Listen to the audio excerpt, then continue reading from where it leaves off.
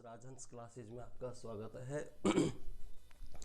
सम्राट अशोक के बारे में हम चर्चा कर रहे थे। इसके लघु शिलालेखों के बारे में हमने चर्चा कर ली थी। आज हम चर्चा करेंगे अशोक के सारनाथ स्तंभ की। ठीक है, ठीक है मित्रों। सारनाथ जो कि अशोक के काल का एक सबसे बेहतरीन अवशेषों में या ऐतिहासिक जो अवशेष हैं इनके स्तंभों में से है। सर्वश्रेष्ठ नमूना है, सर्वश्रेष्ठ स्तंभ नमूना है सारनाथ, जिसे भारत सरकार ने राष्ट्रीय चिन्ह के रूप में स्वीकार किया है। जो सारनाथ है इसका जो रंग है वो हल्का गुलाबी कलर है। ठीक है मित्रों, कौन सा कलर है? हल्का गुलाबी कलर है। हल्का गुलाबी कलर के बलुआ पत्थर से निर्मित है ये। ठीक है, ये बलुआ पत्थर कैसा है मित्रों? हल्का और बलुआ, हल्का गुलाबी है और बलुआ पत्थर है। ठीक है, इसमें 4 सिंह हैं जो कि आप लोगों ने देखा होगा। 4 सिंह हैं, चारों सिंह एक दूसरे के पीठ सटाए हुए खड़े हुए हैं, जो चारों दिशाओं की ओर मुंह किए हुए हैं। इसमें सिंहों के नीचे का जो फलक है, उस फलक पर, सिंहों के नीचे जो फलक है उस फलक पर चारों दिशाओं की ओर जो सिंहों का मुंह है इसके नीचे एक फलक है और उस फलक पर एक चक्र बना हुआ है जिसे महाधर्म चक्र कहा जाता है। क्या कहा जाता है मित्रों? महाधर्म चक्र कहा जाता है। इस धर्म चक्र में 24 तिल्लियां होती हैं। कितने तिल्लियां होती हैं मित्रों? 24 तिल्लियां हैं। ठीक है, और जो हमारा राष्ट्रीय ध्वज है उसमें जो चक्र है उसमें भी कितनी है? 24 तिल्ली। क्यों? क्योंकि वो जो चक्र है वो उसे अशोक चक्र ही कहा गया है। अशोक चक्र का नाम दिया गया है और इसे ही राष्ट्रीय ध्वज में जगह भी दी गई है। ठीक है, इसके बीच सिंहों, इसी फलक पर जहां ये चक्र है, महाधर्म चक्र है, इस चक्र को क्या कहा गया है मित्रों? महाधर्म चक्र। क्या कहा गया है? महाधर्म चक्र कहा गया है। और इस महाधर्म चक्र जिस फलक पर है उस फलक पर ही कुछ पशुओं के चित्र है, जिनमें गज हाथी है, बैल है, शेर है, सिंह है और अश्व घोड़ा, इन चारों के चित्र इस फलक पर उकेरे गए हैं। ठीक है, कौन से अभी स्तंभ पर? सारनाथ का जो स्तंभ है जो कि एमपी में है। और इस सारनाथ के स्तंभ जो कि भारत सरकार ने इसे राष्ट्रीय चिन्ह के रूप में, नेशनल सिंबल के रूप में स्वीकार किया है। इसमें 4 सिंह हैं जो एक दूसरे के पीठ लगाए हुए खड़े हुए हैं और इनका मुंह चारों दिशाओं में है। और इसके नीचे एक फलक, जो सिंहों का जो फलक है इसके नीचे एक चक्र है जिसे अशोक चक्र या महाधर्म चक्र का नाम दिया गया है। इसी चक्र के साथ सिंह, गज और अश्व और बैल, इन 4 पशुओं के चित्र भी उकेरे गए हैं। ठीक है मित्रों, इसके बाद हम चर्चा करते हैं अशोककालीन गुफाओं के बारे में। किसके बारे में? गुफाओं के बारे में। ये ध्यान रखना कि जो सारनाथ अशोक के जो स्तंभ है इनमें सारनाथ का जो स्तंभ है एक सर्वश्रेष्ठ नमूना है। ठीक है, इसके बाद हम चर्चा करते हैं गुफाओं के बारे में। ठीक है, और मौर्य काल की जो गुफाएं हैं उनमें सबसे प्रसिद्ध है सातघर गुफा। कौन सी? सातघर गुफा। ठीक है मित्रों, इनका निर्माण सम्राट अशोक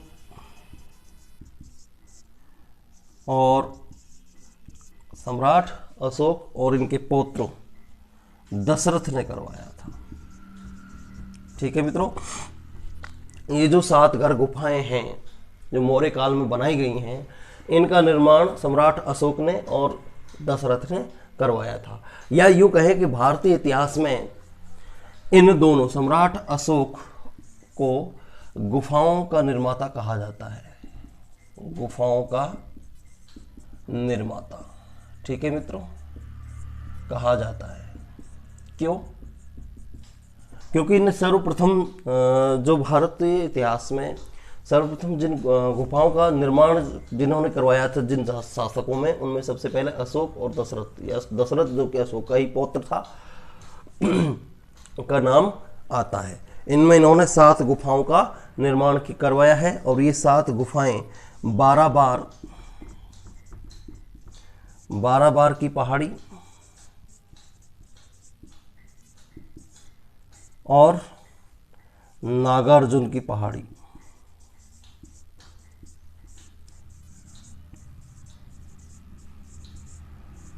इन 2 पहाड़ियों पर बनाई गई हैं और ये हैं बिहार में। कहाँ है मित्रों?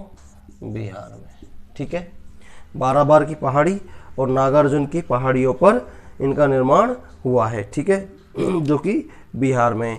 इन पहाड़ियों को काटकर अशोक ने और दशरथ ने इन गुफाओं को बनाया था। किसके लिए? निर्ग्रंथ संतों के लिए। किनके लिए? निर्ग्रंथ संतों के लिए। ठीक है भाई, ठीक है मित्रों, ये याद रखना कि इन गुफाओं का निर्माण सम्राट अशोक ने और दशरथ ने इन 12 बार की पहाड़ी और नागार्जुन की पहाड़ियों को काटकर इन गुफाओं का निर्माण करवाया था और इनका निर्माण निर्गुण संतों के लिए किया गया था। इनको आश्रय देने के लिए इनका निर्माण किया गया था। इन गुफाओं की जो आकृति है वो लकड़ी की झोपड़ी के जैसी है। कैसी है मित्रों? लकड़ी के झोपड़ी के जैसी है। ठीक है, जैसे लकड़ी से जो झोपड़ी बनाई जाती है उस आकृति में इन गुफाओं का निर्माण कराया गया है। ठीक है, ये 7 जो गुफाएं हैं जिनको सम्राट अशोक ने और उनके पौत्र दशरथ ने बनवाया है, जिन्हें भारतीय इतिहास में गुफाओं का निर्माता भी कहा जाता है, इन्होंने 12 बार की पहाड़ी, नागार्जुन की पहाड़ियों को काटकर निर्गुण संतों के लिए इनका निर्माण कराया था, जो कि झोपड़ी नुमा, लकड़ी की झोपड़ी नुमा बनाई गई है। इन 7 गुफाओं में से, अब इनको 7 घर क्यों कहा जाता है? क्योंकि इनकी संख्या कितनी है? 7 है। इन दोनों के द्वारा जो गुफा बनाई गई है इसकी संख्या कितनी है मित्रों? 7 है। इसलिए इन गुफाओं को क्या कहा जाता है? 7 घर कहा जाता है। क्या कहा जाता है? 7 घर कहा जाता है। ठीक है, इन 7 घर गुफाओं में जैसे 4 गुफा तो 12 बार की पहाड़ी में है। 4 गुफा कहाँ पर बनाई गई हैं? 12 बार की पहाड़ी। कर्ण चौपड़, कर्ण चौपड़, ठीक है, सुदामा, कर्ण चौपड़, सुदामा, लोमेश ऋषि, लोमेश ऋषि,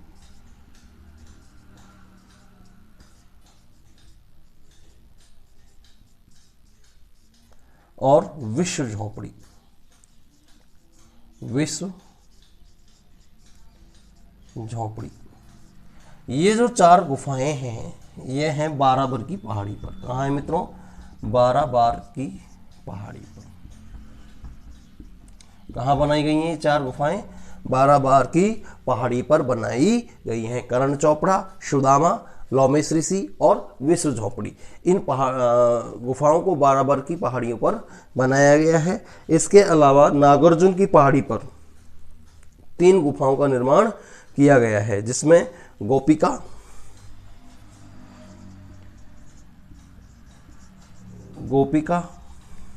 वैधात,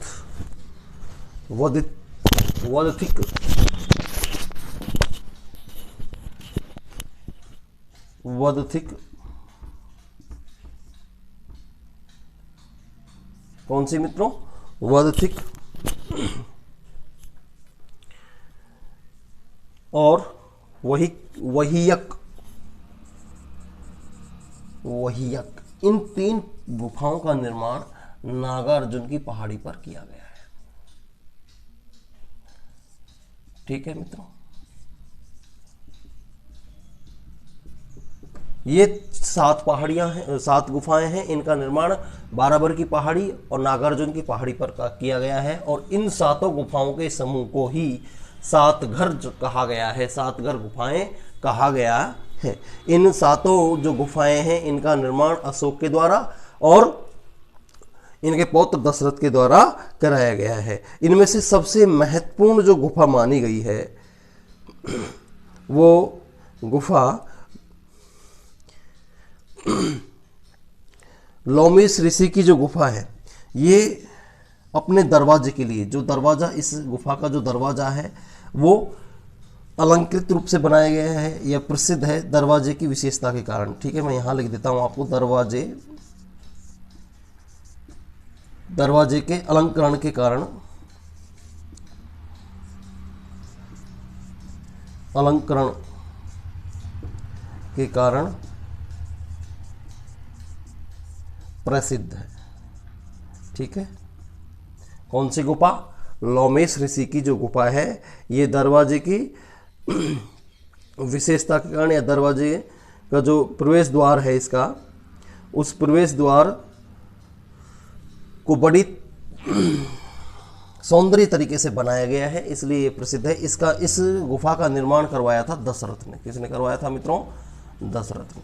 ठीक है, निर्माणकर्ता कौन है इस गुफा का? दशरथ। ठीक है, ये झोपड़ियाँ, ये जो गुफाएं हैं कैसी हैं? झोपड़ी नुमा, लकड़ी के झोपड़ी नुमा बनाई गई हैं। ठीक है, गोपिका गुफा इन तीनों गुफाओं में से सबसे मुख्य गुफा है गोपिका, जिसका निर्माण भी किसने करवाया मित्रों? दशरथ ने। ठीक है, दशरथ ने इस गुफा का निर्माण करवाया था। कौन सी गुफा का? गोपिका गुफा का निर्माण। ठीक है, सुदामा गुफा का निर्माण अशोक ने अपने शासन के 12वें वर्ष में करवाया था। इस गुफा का निर्माण अशोक ने, यानी जो सुदामा गुफा है जो कोई 12 बार की पहाड़ी पर बनी हुई है, इसका निर्माण अशोक ने करवाया था। ठीक है, करवाया कब? अपने शासन के 12वें वर्ष में। ठीक है मित्रों, कब करवाया था? अपने शासन के 12वें वर्ष में इस गुफा का निर्माण करवाया था। किसने? सम्राट अशोक ने। ठीक है मित्रों, 19वें वर्ष में, यानी अपने शासन के 19वें वर्ष में ही अशोक ने इस गुफा का निर्माण कराया था कर्ण चौपड़ का। ठीक है, कर्ण चौपड़ जो गुफा है इसका निर्माण 19वें वर्ष में, यानी अपने शासन काल के 19वें वर्ष में सम्राट अशोक ने ही करवाया था। ठीक है मित्रों, इसके अलावा सम्राट अशोक ने राजगृही के समीप या 13 मील दूर एक सीतामढ़ी नामक गुफा का निर्माण भी करवाया है। कौन सी गुफा का? सीतामढ़ी। ठीक है, ये कहाँ है? राजगृही के पास। ठीक है, राजगृही के पास है। इसका निर्माण सम्राट अशोक ने करवाया है। जहाँ से, यानी इन गुफाओं से या इस गुफा से सम्राट अशोक की धार्मिक सहिष्णुता के बारे में पता चलता है कि वो सभी धर्मों के प्रति या बौद्ध धर्म के प्रति उनकी कितनी गहरी आस्था थी। इसके अलावा अगर हम देखें मौर्य वंश का जो शैक्षिक योगदान है, शिक्षा में क्या योगदान रहा है, इसमें जो सुदामा, कर्ण चौपड़, जो 7 घर जो गुफाएं हैं, इनमें कर्ण चौपड़, सुदामा और विश्व झोपड़ी तो इन 3 गुफाओं का विश्व झोपड़ी, सुदामा और कर्ण चौपड़, 3 गुफाओं का निर्माण सम्राट अशोक ने करवाया है। उसके बाद अन्य जो गुफाएं हैं, लोमेश ऋषि की गुफा, गोपिका, वदथिक और वहियक, इन गुफाओं का निर्माण दशरथ ने करवाया है। यानी इन 7 गुफाओं में से 3 सम्राट अशोक, ठीक है, सम्राट अशोक और 4 दशरथ, इन्होंने बनवाया है। ठीक है मित्रों, किसने बनवाया है? दशरथ। ये 7 घर गुफाएं हैं। इसके अलावा हम देखते हैं कि मौर्य कालीन में जो शिक्षा का स्तर था, क्या था, शिक्षा की व्यवस्था क्या थी, इसके बारे में हम देखें तो मौर्य कालीन शिक्षा के बारे में अगर हम चर्चा करें तो सबसे पहले हमें केवल एक ही जो विश्वविद्यालय थी मौर्य कालीन, जो कि पूरे विश्व में थी, पूरे विश्व में प्रसिद्ध थी और विश्व के देश विदेश के विद्यार्थी यहाँ शिक्षा प्राप्त करने के लिए आते थे। ठीक है, कौन सी थी वो? तक्षशिला। कौन सी थी मित्रों? तक्षशिला। तक्षशिला जो विश्वविद्यालय थी ये बौद्ध, ये मौर्यकालीन शिक्षा का प्रमुख केंद्र था, ठीक है, जहाँ से देश विदेश के विद्यार्थी शिक्षा प्राप्त करने के लिए आते थे, ठीक है। तो मौर्यकालीन शिक्षा का प्रमुख, मौर्य काल में शिक्षा का प्रमुख केंद्र था कौन सा? तक्षशिला, ठीक है मित्रों। तो आज की इस क्लास में था हमारा, हमने सम्राट अशोक की गुफाओं यानी भारत में गुफा निर्माताओं के बारे में अध्ययन किया। वीडियो को आप अधिक से अधिक संख्या में लाइक करते रहिए और शेयर करते रहिए।